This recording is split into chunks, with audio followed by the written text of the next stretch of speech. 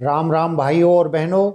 आज मैं आपको एक ऐसी कहानी सुनाने जा रहा हूं जो शायद कागजों पर नहीं बल्कि हमारे समाज के हर दूसरे घर की दीवार पर लिखी है।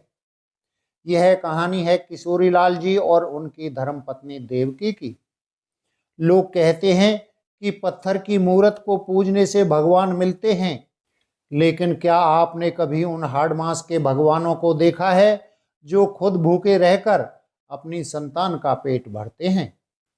आज की कथा हमें उस त्याग के दर्शन कराएगी। तो चलिए चलते हैं उस छोटे से गांव की पगडंडियों पर, जहां किशोरीलाल जी का एक छोटा सा खपरेल का मकान था।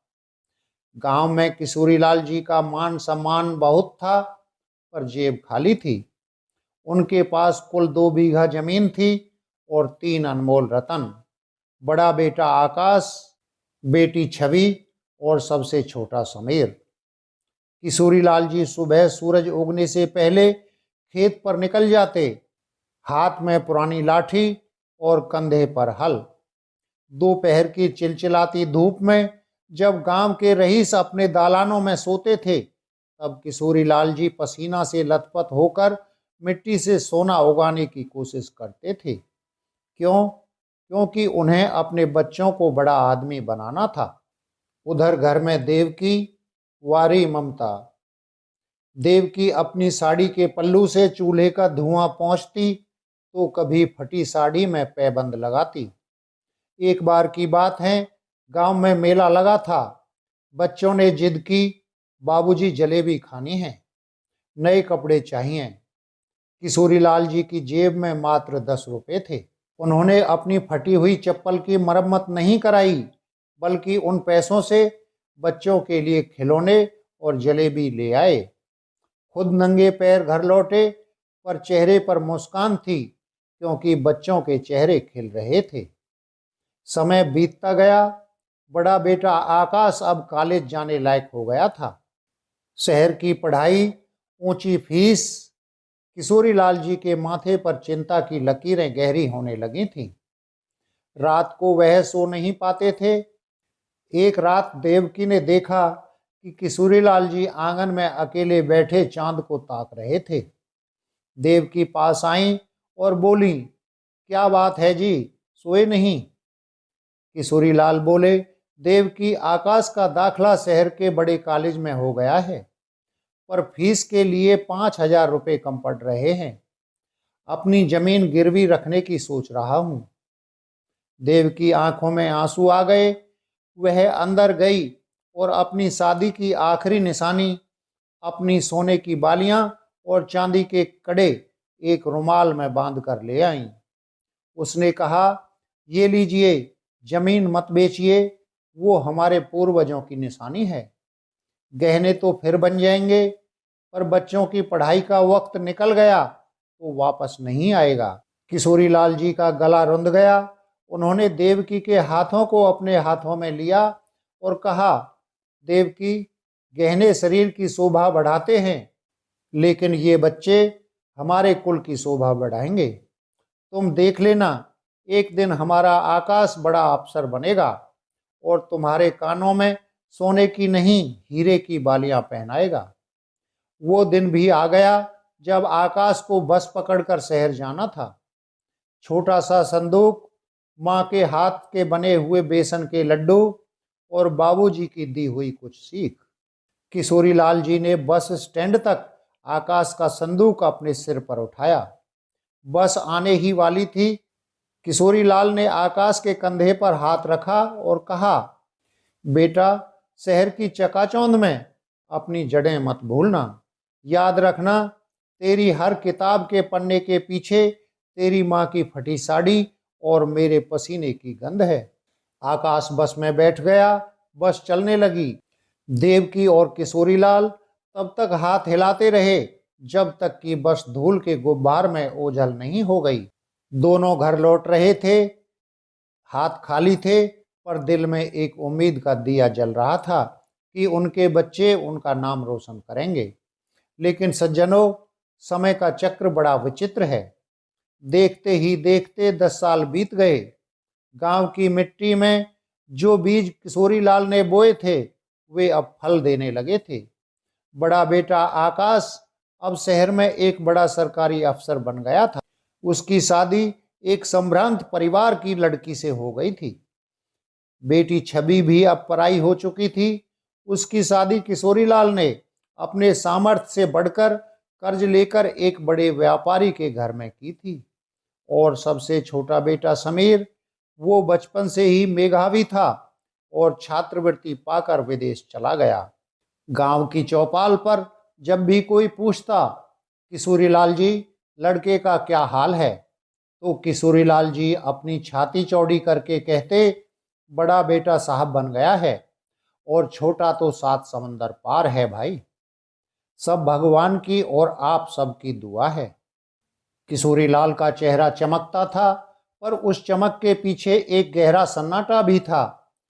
घर अब बड़ा हो गया था, पक्की छत डल गई थी, पर उस छत के नीचे अब सिर्फ 2 ही लोग रह गए थे, बूढ़े किशोरीलाल और थकी हुई देवकी। दीपावली का त्योहार पास था। देवकी ने पूरे घर की पुताई करवाई। पुराने संदूक से वो फटी साड़ी निकाली जिसे पहनकर उसने बच्चों को पाला था। उसने सोचा, बच्चे आएंगे तो उनको अपने हाथ का बना खाना खिलाऊंगी। किशोरीलाल ने उत्साह में आकर ताज़ा गुड़ और घी मंगाया। वे बार बार फोन को देखते जो अब उनके पास था। सबसे पहले आकाश को फोन लगाया। आकाश का जवाब आया, बाबूजी, इस बार ऑफिस में ऑडिट चल रहा है, छुट्टी कैंसिल हो गई है, हम नहीं आ पाएंगे। मैंने खाते में पैसे डाल दिए हैं, आप मिठाई मंगा लीजिएगा। किशोरीलाल का हाथ कांप गया। क्या मिठाई पैसों से मीठी होती है या बच्चों के साथ बैठकर खाने से? फिर छवि को फोन किया। बेटी ने कहा, पापा, मम्मी को समझा देना, ससुराल में बहुत काम है और बच्चों के स्कूल के प्रोजेक्ट्स भी हैं। समीर का तो फोन ही नहीं लगा, बस एक संदेश आया, happy Diwali mom dad, busy with work. Devaki ने पकवान तो बनाए, पर वो पकवान उस रात ठंडे ही रह गए। दोनों बूढ़े माँ बाप उस बड़े पक्के मकान के आंगन में बैठे रहे जहां कभी बच्चों की किलकारियां गूंजती थी। अब वहां सिर्फ झींगरों की आवाज और सूनापन था। किशोरीलाल जी अब 70 के करीब पहुंच रहे थे। घुटनों का दर्द अब सहा नहीं जाता था। आंखों की रोशनी धुंधली पड़ रही थी।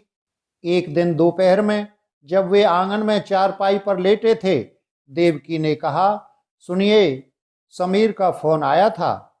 वो कह रहा था कि उसे वहां की नागरिकता मिल गई है, अब वो शायद कभी वापस न आए। किशोरीलाल चुप रहे, फिर बोले, देवकी, हमने इन्हें पंख दिए थे उड़ने के लिए, अब ये उड़ना सीख गए हैं तो इन्हें पिंजरे की याद क्यों आएगी? पर वो ये भूल गए कि पंछी चाहे कितना ऊंचा उड़ जाए, शाम को उसे घोंसले में ही लौटना पड़ता है। तभी अचानक किशोरीलाल को एक तेज खांसी उठी और उनके हाथ से पानी का गिलास छूट गया। देवकी दौड़कर आई, पर किशोरीलाल का आधा शरीर बेजान हो चुका था। उन्हें लकवा मार गया था। किशोरीलाल जी अस्पताल के सफ़ेद बिस्तर पर लेटे थे। उनकी आंखें दरवाजे पर टिकी थीं। देवकी ने रो रो कर सबको खबर कर दी थी। पहले आया आकाश, बड़ा बेटा, हाथ में महंगा मोबाइल और चेहरे पर झंझलाहट। फिर आई छवि, बेटी, जो बार बार अपनी महंगी घड़ी देख रही थी। समीर तो विदेश में था। उसने वीडियो कॉल पर ही कह दिया, मम्मी, मेरा आना मुमकिन नहीं है, डॉलर भेज दिए हैं, इलाज में कमी मत रखना। सज्जनों, क्या डॉलर किसी फटे हुए कलेजे को सी सकते हैं? अस्पताल के बाहर तीनों बहन भाई समीर फोन पर की पंचायत बैठी। दुख इस बात का नहीं था कि पिता बीमार हैं, बहस इस बात पर थी कि माँ बाप किसके साथ रहेंगे। आकाश बोला, मेरा प्रमोशन होने वाला है, मैं छुट्टी नहीं ले सकता। छवि, तू क्यों नहीं ले जाती मम्मी पापा को अपने घर? छवि तपाक से बोली, भैया, मेरे ससुराल वाले क्या कहेंगे? बेटी के घर में माँ बाप का रहना समाज में अच्छा नहीं माना जाता। भीतर कमरे में किशोरीलाल सब सुन रहे थे। उनकी जुबान तो लकवे ने छीन ली थी, पर उनके कान और दिल अभी जिंदा थे। उनकी आंखों के कोर से आंसू टपक कर तकिए को भिगो रहे थे। वही पिता जिसने कभी बच्चों के कांटे निकालने के लिए अपनी हथेली बिछा दी थी, आज वही बच्चे उन्हें एक फाइल की तरह इधर उधर खिसका रहे थे। पैसे देकर अस्पताल से छुट्टी करा ली गई। किशोरीलाल को वापस गांव के उसी पुराने मकान में लाया गया। आकाश ने एक केयर टेकर, देखभाल करने वाला रख दिया और हाथ झाड़ लिए। देवकी की हालत देखिए। वह बूढ़ी माँ जिसके हाथ अब कांपते थे, वह रात रात भर जाग कर किशोरीलाल की सेवा करती। केयर टेकर तो बस ड्यूटी करता था, पर देवकी, वह तो अपनी ममता लुटा रही थी। एक दिन आकाश गांव आया। उसने देखा कि घर पुराना हो गया है। उसने अपनी माँ से कहा, माँ, इस पुराने घर को बेच देते हैं, शहर चलो, वहाँ एक छोटे से फ्लैट में तुम्हें रख दूंगा। बाबूजी के लिए वहाँ पास में बड़ा अस्पताल भी है। देवकी की आंखों में चमक आई। बेटा, क्या हम तेरे साथ रहेंगे? आकाश झेंप गया और बोला, नहीं माँ, मेरा फ्लैट छोटा है और बच्चों की प्राइवेसी। पास में ही एक अच्छी जगह देख लूंगा। उस अच्छी जगह का नाम था वृद्धाश्रम। आकाश ने उसे सीनियर सिटीजन होम का नाम दिया ताकि सुनने में बुरा न लगे। पर देवकी अनपढ़ थी, बेवकूफ नहीं। उसने साफ कह दिया, बेटा, जिस घर की नींव तेरे बाबूजी के खून पसीने से भरी है, उसे बेचकर मैं अपनी आत्मा नहीं बेचूंगी। तू जा अपने शहर, हम यहीं भले। आकाश और छवि चले गए। गांव के लोगों ने देखा कि जो बच्चे गाड़ियों में आए थे, वो धूल उड़ाते हुए निकल गए। पीछे छूट गई तो सिर्फ एक बूढ़ी औरत और उसका लाचार पति। किशोरीलाल जी अब सिर्फ इशारों में बात करते। एक दिन उन्होंने देवकी का हाथ पकड़ा और अपनी अलमारी की तरफ इशारा किया। देवकी ने अलमारी खोली तो देखा, वहां वो पुरानी फटी साड़ी और आकाश का पहला संदूक आज भी रखा था। किशोरीलाल की आंखों में वो मंजर तैर गया जब उन्होंने अपनी चप्पल नहीं खरीदी थी ताकि बच्चों को खिलौना दिला सके। आज वही बच्चे उन्हें एक खिलौने की तरह तोड़कर चले गए। देवकी ने किशोरीलाल का सिर अपनी गोद में रखा और गाना गाने लगी, राम नाम लड्डू, गोपाल नाम घी। शहर के अपने आलीशान बंगले में आकाश अपने बेटे अंश के साथ बैठा था। आकाश ने अपने बेटे से कहा, बेटा, कल हमें एक पार्टी में जाना है, तुम तैयार रहना। अंश ने मोबाइल से नज़र हटाए बिना जवाब दिया, पापा, मुझे आपके साथ बोरियत होती है। आप और मम्मी अकेले चले जाइए, मुझे अपने दोस्तों के साथ क्लब जाना है। आकाश को गुस्सा आया। उसने चिल्लाकर कहा, बेटा, तमीज भूल गए हो, मैं तुम्हारा पिता हूँ। अंश उठा और ठंडी आवाज में बोला, पापा, आपने भी तो दादा दादी को गांव के उस पुराने घर में अकेला छोड़ दिया है। जब आपको उनकी ज़रूरत नहीं तो मुझे आपकी ज़रूरत क्यों होगी? मैं तो वही सीख रहा हूँ जो आपने किया। आकाश के पैरों तले जमीन खिसक गई। वो शब्द उसके सीने में तीर की तरह चुभ गए। उसे अचानक वो दिन याद आया जब किशोरीलाल जी ने चिलचिलाती धूप में उसे कंधे पर बैठाया था ताकि उसे मेला दिखा सके। उसे अपनी माँ की वो फटी साड़ी याद आई जिसे बेचकर उसकी कॉलेज की फीस भरी गई थी। उसी रात आकाश को गांव से एक पड़ोसी का फोन आया, आकाश बेटा, जल्दी आ जाओ, किशोरीलाल जी की हालत बहुत खराब है, शायद ये उनकी आखिरी रात है। आकाश ने अपनी गाड़ी निकाली और पागलों की तरह गांव की ओर भागा। उसने रास्ते में छवि को भी फोन किया और समीर को भी। छवि भी अपने घर में उपेक्षित महसूस कर रही थी। उसे भी अपनी माँ की याद सता रही थी। जब आकाश गांव पहुंचा तो आधी रात बीत चुकी थी। घर के बाहर सन्नाटा था, बस एक दिया जल रहा था। वह अंदर दौड़ा। उसने देखा कि देव की बिस्तर के पास बैठी किशोरीलाल के ठंडे पड़ते पैरों को सहला रही थी। आकाश पिता के पैरों में गिर पड़ा। बाबूजी, मुझे माफ कर दीजिए, मैं अंधा हो गया था पैसे की चमक में। आंखें खोलिए बाबूजी, आपका बेटा आया हूं। तभी छवि भी वहां पहुंच गई। वह रोते हुए मां के गले लग गई। समीर भी वीडियो कॉल पर फूट फूट कर रो रहा था।